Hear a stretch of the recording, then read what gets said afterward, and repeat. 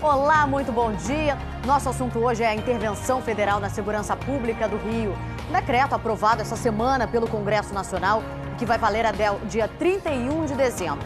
O interventor, general Walter Braga Neto, passa a ter poder total sobre as polícias civil, militar, bombeiros e também as penitenciárias. Nessa sexta-feira foi anunciado o nome do novo secretário de Segurança Pública do Estado, general Richard Nunes.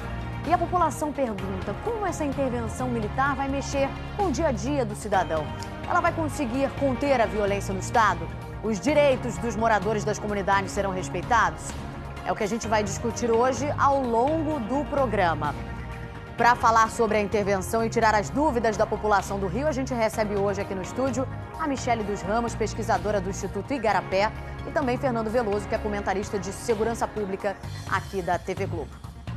Vamos começar então conversando, ouvindo a população. Vou conversar com o Betinho Casas Novas, jornalista do site Voz das Comunidades. Tudo bem, Betinho? Bom dia para você.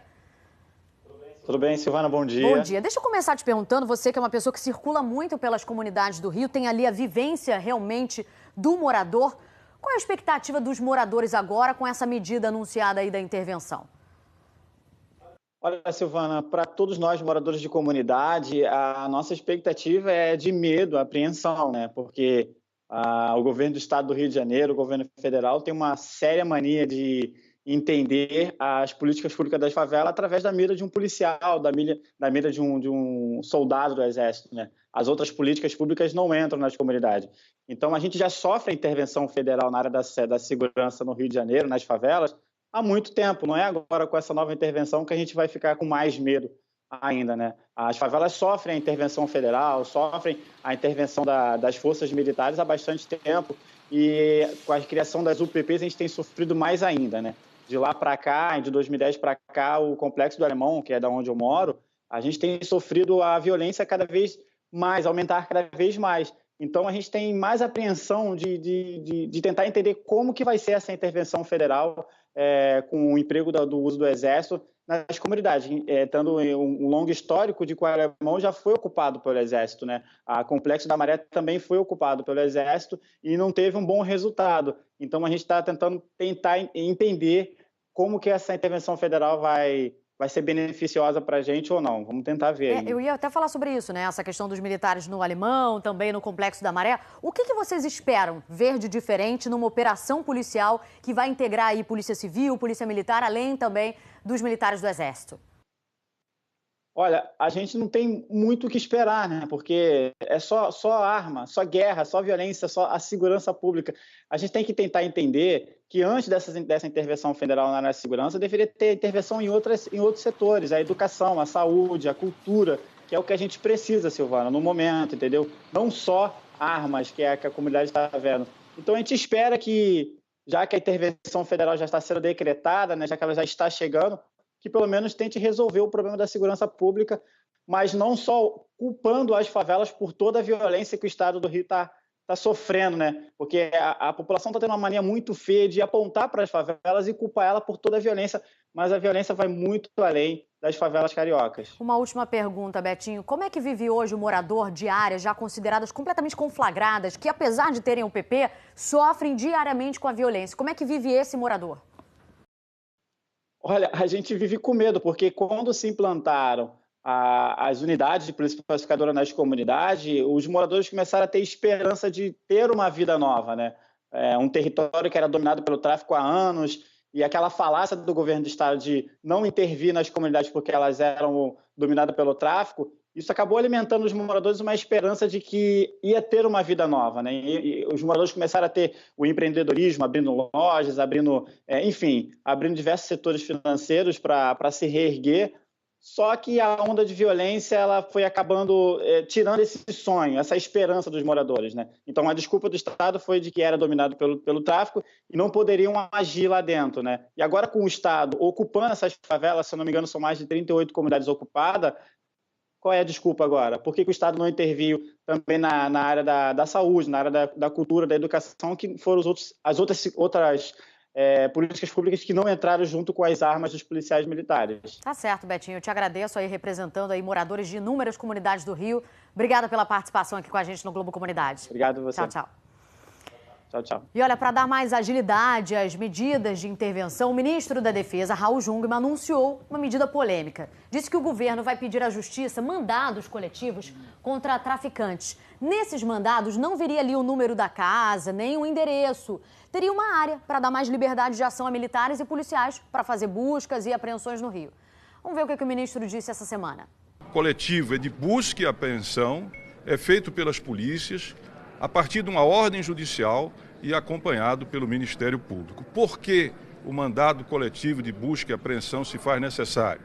Porque muitas vezes a atividade de inteligência, ela toma conhecimento de que um crime está acontecendo no lugar, de que há um tráfico naquele lugar, mas ela não consegue, pelas informações, saber exatamente aonde ele está acontecendo, em qual casa, em que domicílio. Ninguém vai fazer nada que não passe pela Justiça e não seja acompanhado pelo Ministério Público. Essa é justamente uma preocupação. Vamos conversar então com a Michele dos Ramos, que é pesquisadora do Instituto Igarapé, e com o Fernando Veloso. Michele, deixa eu começar te perguntando.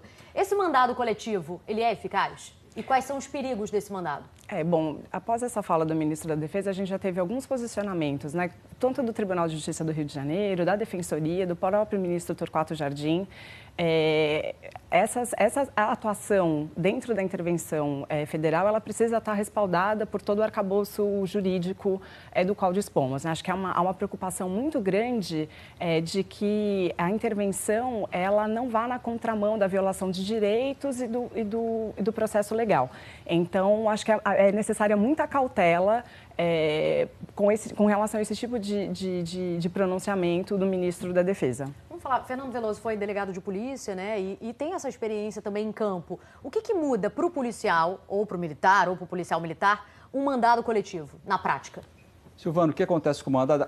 Aparentemente é uma contradição entre a polícia e usar esse tipo de recurso numa operação policial, e ela expressa a necessidade do uso desse recurso, porque eles pulam as lajes, eles se escondem nas casas de diferentes moradores.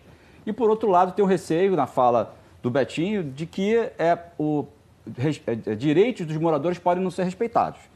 Então, há uma aparente contradição. Eu digo aparente porque o Estado não pode agir dentro da ilegalidade, ele tem que observar o que a lei estabelece. Então, como bem disse o ministro, o mandado só vai ser expedido por uma autoridade judiciária, só se um juiz der essa ordem.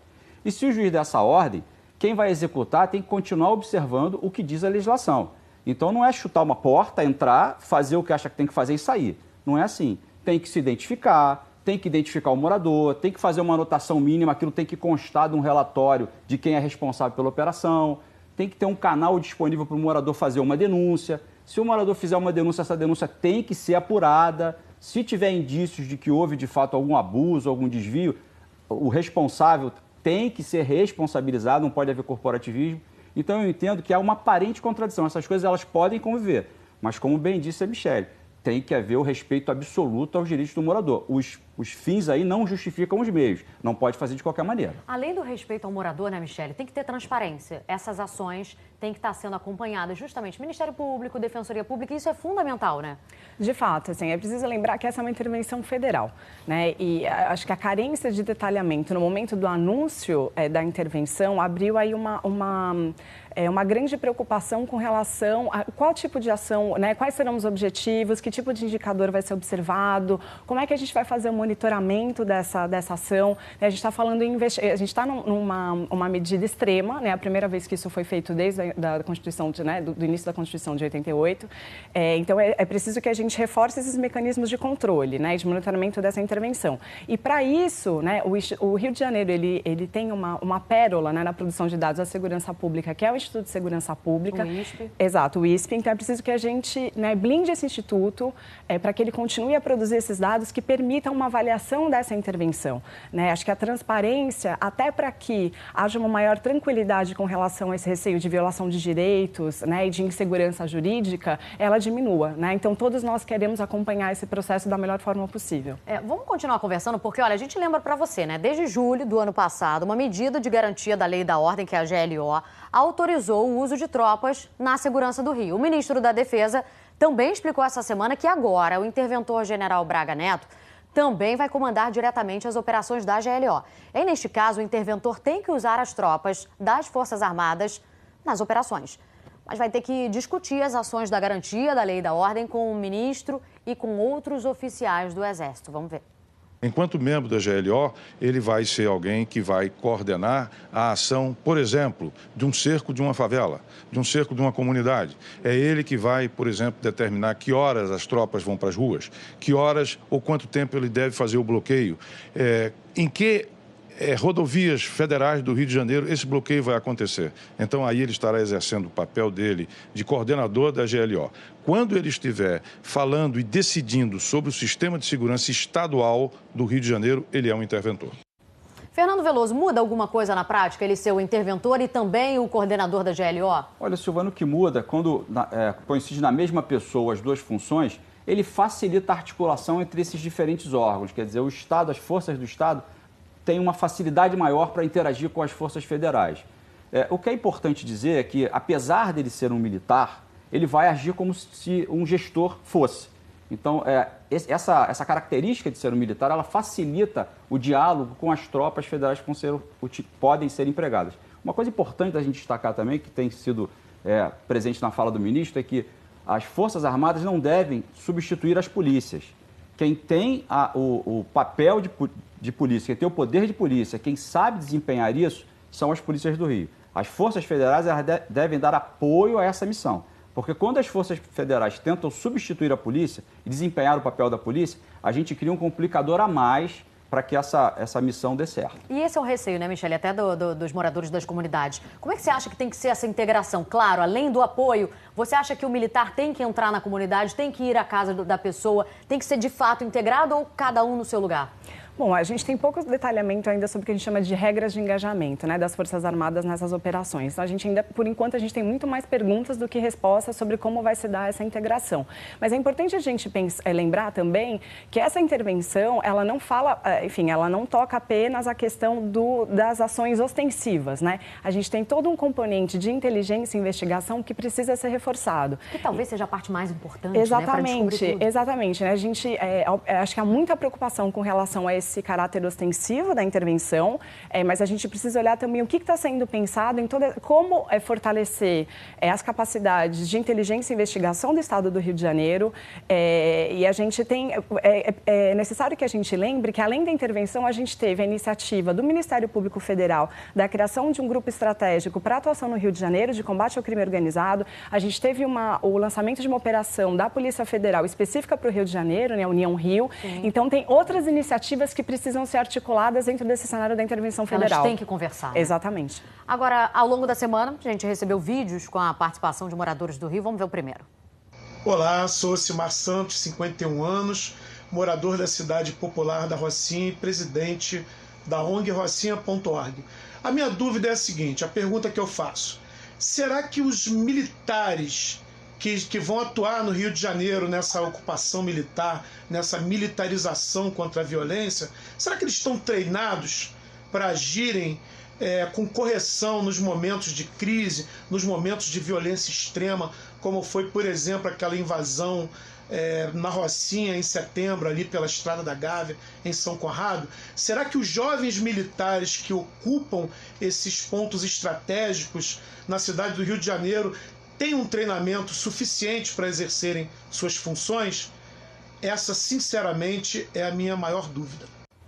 Tá certo, pergunta aí, Docimar, obrigada. Ô, Veloso, vamos responder então, realmente. Então, nesse caso, a integração seria o mundo perfeito, né? Porque o militar faz o papel dele, o policial do outro, o papel do outro. A gente tem visto falar no sentido de que a experiência no Haiti qualificou os militares a fazer esse tipo de ação. Mas, na minha avaliação, que cada um faça o seu papel é o mundo ideal. Porque por mais que a gente qualifique o militar, por mais que ele faça um treinamento, uma capacitação, o ideal é que o policial continue fazendo esse papel. Por quê, Silvana? Porque essa medida começa agora, mas ela vai terminar. Mais cedo ou mais tarde ela vai terminar. Então, alguém vir e assumir o papel da polícia, quando ele sai... Temporariamente, né? Como fica a polícia? Então, não é bom por isso. É bom que a polícia continue desempenhando o seu papel, até porque tem uma relação de confiança que tem que ser estabelecida com a polícia, com a comunidade, entre a polícia. Essa relação está abalada em razão de uma série de ações que não dão certo. Então, esse apoio ele pode possibilitar as polícias se reestruturarem,